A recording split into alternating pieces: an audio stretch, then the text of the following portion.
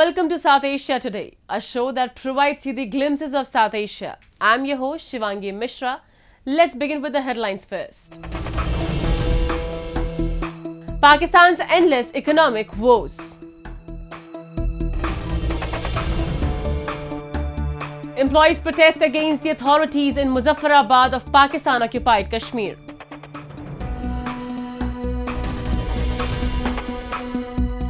Annual Rath Yatra of Lord Jagannath attracts devotees from world over.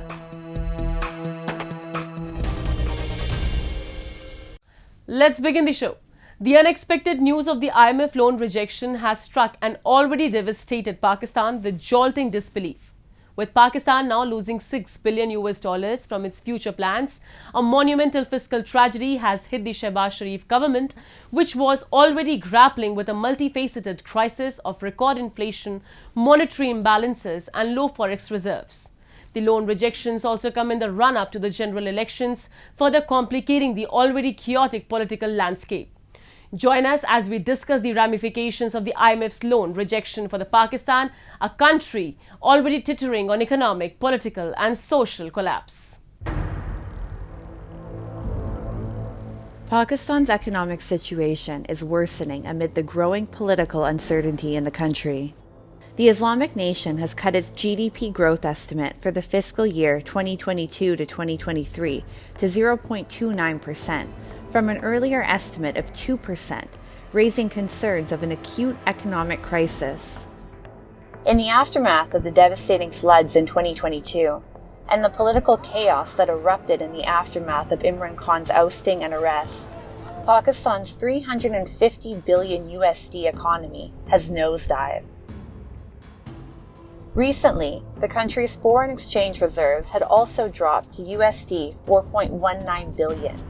Barely enough to cover 1 month of controlled imports. Adding salt to the wound, the IMF rejected Islamabad's demand of $6 billion of external financing requirement based on new current account deficit data.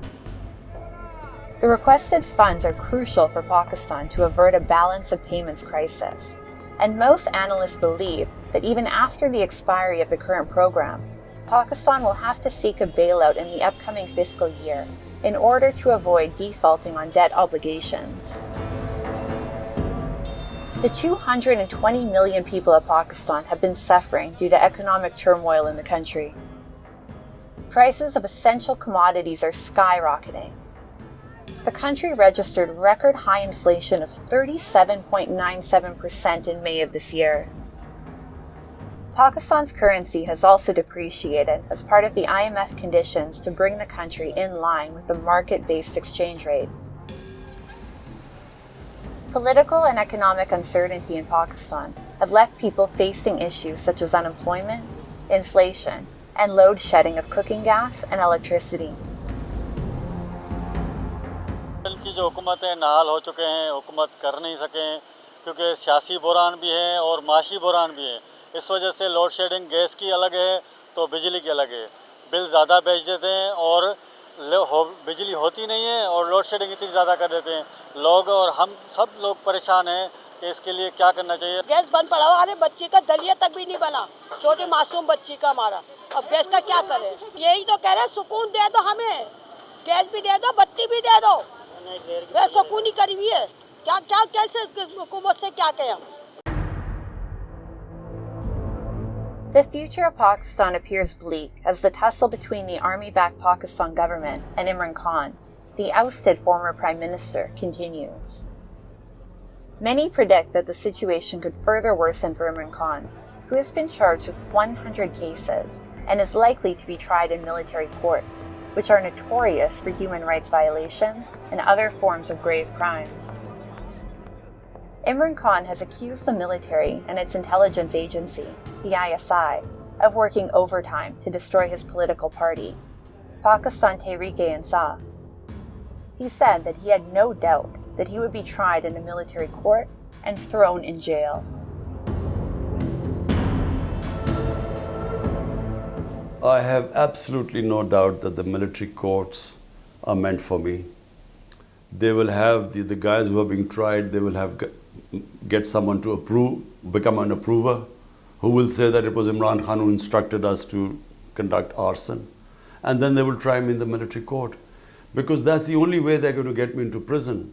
Because all the cases so far, 150 of them, the moment they go to court, they are so bogus cases, frivolous cases, they get thrown out. So their only hope, and because they are determined to get me out of the way, I think the whole charade of military courts is to imprison me in the end. Pakistan is slowly becoming a failed state due to political and economic instability, rampant corruption, and growing interference of the military in civilian affairs. As the country is expected to hold general elections this year, the political situation is expected to become even more hostile and volatile. Scores of yoga enthusiasts in India and Nepal performed various asanas or yogic postures on 9th International Day of Yoga. An ancient practice that connects the body, breath and the mind, yoga involves uses of physical postures, breathing exercises and meditation that are helpful in improving overall health of an individual. Recognizing its universal appeal, the United Nations proclaimed 21 June as the International Day of Yoga. Let's take a look at how Yoga Day was observed in India and Nepal this year. International Day of Yoga is celebrated every year on 21st June around the world. It serves as a global platform to raise awareness about the various benefits of yoga. The idea of observing International Day of Yoga was first proposed by the Prime Minister Narendra Modi during his speech at the United Nations General Assembly in 2014. This year, the global celebrations of International Yoga Day was led by Prime Minister Narendra Modi at the United Nations headquarters. The theme of Yoga Day this year was Yoga for Vasudev Kutumbakam, that is, yoga for welfare of all. The theme very well expresses the spirit of yoga which unites and takes everyone along. The day was celebrated with much enthusiasm in different parts of the country. Yeah, I'm feeling very proud that I'm in Kashmir and I'm practicing yoga because it's a very vital role. It plays a very vital role in our life because it improves our mental health, physical postures, our breath and mind, and it's very good for health to do yoga every day. Observing Yoga Day on higher altitudes and rocky terrains, the Indian Army performed yoga asanas at the Pangong Tso in Ladakh. Similar scenes were observed in Sikkim, where the army personnel performed yoga and marking the 9th anniversary of the occasion. Meanwhile, Defence Minister of India Rajnath Singh performed yoga along with the Chief of the Naval Staff Admiral R. Hari Kumar on board INS Vikrant. मुझे अत्यधिक प्रसन्नता है कि मुझे आज इस अंतर्राष्ट्रीय योगा दिवस के अवसर पर indigenous aircraft carrier INS Vikrant पर आप सभी मित्रों के साथ बैठकर योगा करने का अवसर प्राप्त हुआ है। साथियों, आज सिर्फ भारत में ही नहीं बल्कि पूरी दुनिया में अंतर्राष्ट्रीय योग दिवस को बेहद उत्साह के साथ मनाया जाता है। In Nepal, a large number of yoga enthusiasts perform asanas in Pokhara of Nepal as a part of global celebrations. The Indian Embassy in Kathmandu, in coordination with Nepal Tourism Board, organized the event.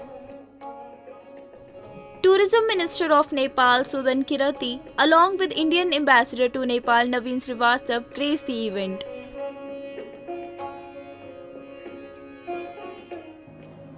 Yoga गर्न, प्रकृतिको मनोरम दृश्य हेर्न, भारतका आदरणीय दिदीबहिनी दाजुभाइहरूलाई हामी हार्दिक निम्तो गर्दछौं। चर्चित भूगोलविद टोनी हेगेलले यसरी भन्नुभएको रहेछ, नेपालको जस्तो प्राकृतिक सुन्दरता, प्राकृतिक मनमोहक दृश्य सायद संसारमा छैन भनेर। यो अनुपम दृश्य निहाल्नको निम्ति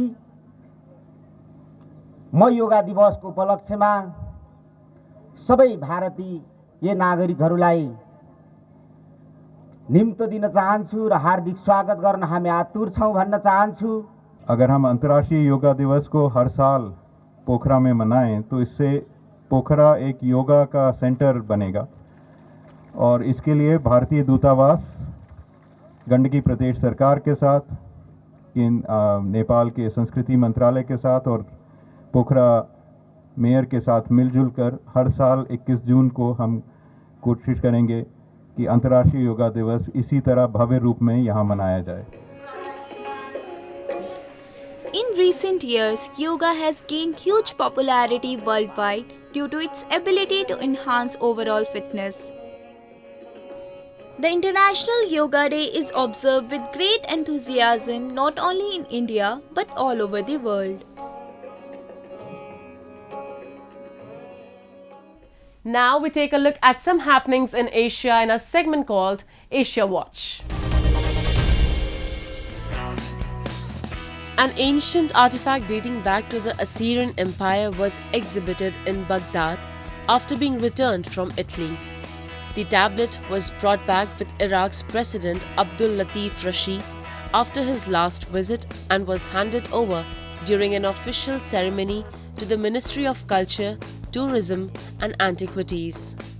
Speaking during a press conference, Rashid said the ancient artifact would be returned to Iraq's National Museum. According to Iraq's Minister of Culture, Ahmad al-Badrani, the tablet is of great importance for several reasons, including because the text in cuneiform writing it displayed was complete. It will now be translated, Badrani said, before being put on display for visitors at the museum. Over the last years, Baghdad's returned thousands of artifacts to Iraq.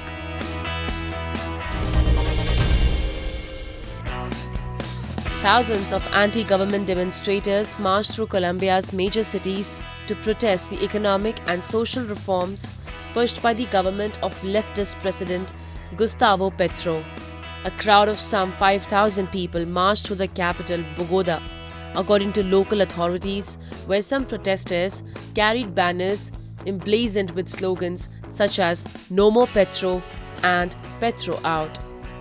Petro is facing an uphill battle in Congress to push labor, health and pension reforms after his majority coalition disintegrated due to the government's refusal to make changes to their proposals. Opponents to Petro's pension reforms argue that they could negatively impact Colombia's finances and hurt job creation. Petro has recently been caught up in a scandal over accusations of alleged illegal financing during his election campaign, which he denies.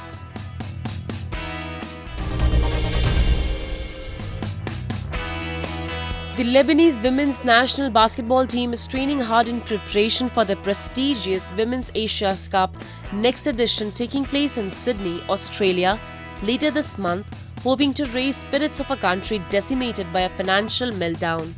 The national team secured promotion to the first division of the tournament after winning the Division B Women's Asia Cup in Jordan in 2021, where they beat the host nation to win gold. The last time they played in Division A of the Women's Asia Cup was in 2011 in Omura, Japan. Now, their target is to remain in the top 7 out of 8 teams in order to stay in Division A, or else they will be relegated to the lower division. Experienced and new players make up the team this year, and they all said they are excited for the possible impact they can make during the upcoming tournament. Lebanon is suffering from an unprecedented financial crisis dubbed by the World Bank as one of the deepest depressions of modern history. Moving on. The government employees in Muzaffarabad city of Pakistan-occupied Kashmir took to the streets against the authorities for the non-payment of their secretary allowances. They further demanded increase in their salaries and to make the employees on an ad hoc basis permanent. The high inflation in POK is another worry for the employees and other residents as they are unable to fulfill even the basic household necessities. We have a report.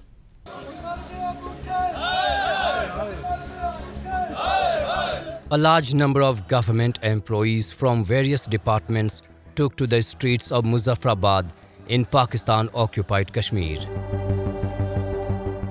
They demanded a 100% increment in their secretary allowances compared to the allowances paid to the government employees in the Punjab province of Pakistan.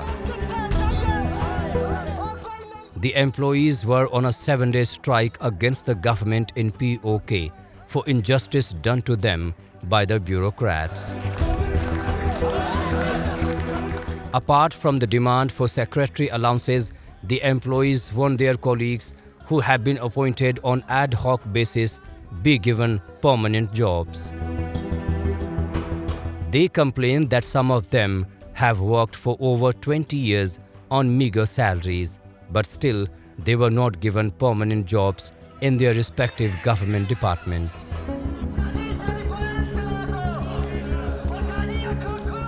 पिछला एक हफ्ता से हमारी अपने मुतालबात के हक में हड़ताल हमारी जारी है। इस वक्त भी आप नहरों की आवाज़ सुन रहे हैं, रैलियां जुलूसों की शक्ल में यहाँ पे आ रहे हैं पेंडाल में।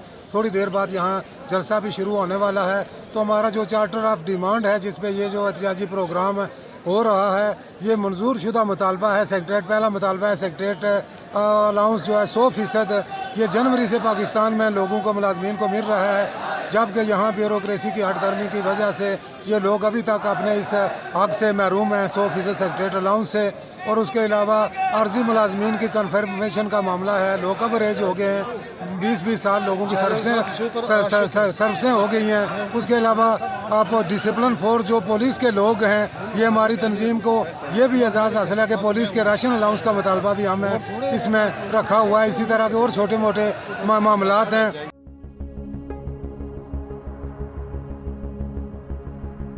In these trying times of sky-high inflation, the employees are finding it hard to fulfill the very basic necessities of their households. They say the inflation has gone up by 400% in POK, and the authorities pay no heed to their reasonable demands. 400% महंगाई में इजाफा हो चुका है। तो मुलाजमीन माशरे का सबसे पिछड़ा हुआ तबका है, तो इनकी भी ये ख्वाहिश होती है कि अपना मेयार ज़िंदगी माशरे में बेहतर करने के लिए जो इनकी बुनियादी ज़रूरतें हैं, तो क्योंकि लोगों के अखराजात इतने बढ़ गए महंगाई की वजह से कि बहुत से नए मुतालबात भी जन्म लेते हैं महंगाई के तनाज़र में। तो मुतालबे भी जो मुलाजमीन करते हैं वो जायज़ मुतालबे हैं। पंजाब में सेक्रेटरीट अलाउंस में इजाफा हुआ और एग्जेक्टिव अलाउंस में, तो एग्जेक्टिव अलाउंस जिनको मिलना था सेक्रेटरीज को उनको तो मिल गया, लेकिन हमारा जो दूसरे मुलाजमीन है हमें सेक्रेटरीट अलाउंस से महरूम रखा जा रहा है। हम कहते हैं कि इस तफरीक को ख़त्म किया जाए, सेक्रेटरीट से 1 से 22 तक सेक्रेटरीट के जुमला मुलाजमीन को यकसा हकूक़ दिए जाएँ और मुलाजमीन की तनख्वाहों में खातिर ख्वाह इजाफा किया जाए। इस वक्त 400 गुना महंगाई बढ़ चुकी है, अद्वियात की कीमतों पर टैक्स आए रोज़ लगे जा रहे हैं। Exploitation of basic human rights and labor rights has remained a common scenario in Pakistan-occupied Kashmir. The people of POK have carried out several protests against the stooge administration of Pakistan in the past, but there are hardly any instances when their demands were met. The residents of Pakistan-occupied Kashmir are saturated with anger and frustration. Regular protests in parts of POK have now become a mere medium to vent out anger against the Pakistan administration.